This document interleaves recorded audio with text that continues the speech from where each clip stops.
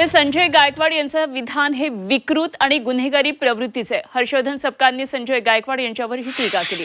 भाजप अशा वक्तव्यांना पाठीशी का घालत आहे असा सपकाळ यांनी प्रश्न विचारला.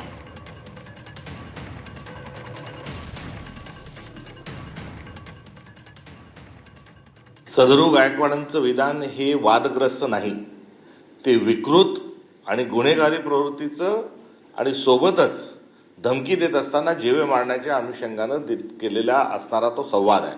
आणि यामध्ये महाराष्ट्र भूषण ज्यांचे फार मोठे सांस्कृतिक मोठं योगदान आहे, कामगार क्षेत्रातही आहे, इतर क्षेत्रातही आहे, सांस्कृतिक क्षेत्रातही आहे, अशा गोविंद पानसरेजींच्या थेट खुनाच्या अनुषंगानं देखील त्यामध्ये उल्लेख आढळून येतो.